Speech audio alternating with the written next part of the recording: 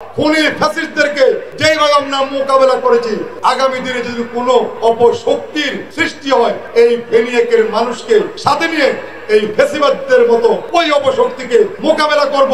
দেশ নেত্রী বেগম খালেদা জিয়া এবং তারেক রহমান আমাদের দলের ভারপ্রাপ্ত চেয়ারম্যান আমাকে যেই আমানত দিয়েছেন, আমি চেষ্টা করেছি শত বাধা বিপত্তির মধ্যেও সেই আমানতকে রক্ষা করে এই 3 আসনের সংগঠনকে শক্তিশালী করার জন্য 3টি উপজেলার প্রত্যেকটি অঙ্গ সংগঠনকে শক্তিশালী করার জন্য আমি কাজ করছি।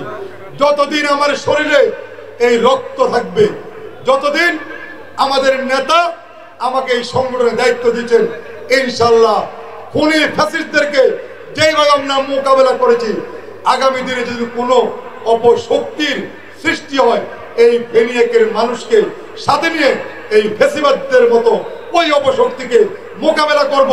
এটাই হবে আজকের বিপ্লবে আমাদের অঙ্গীকার, আমাদের চেতনা।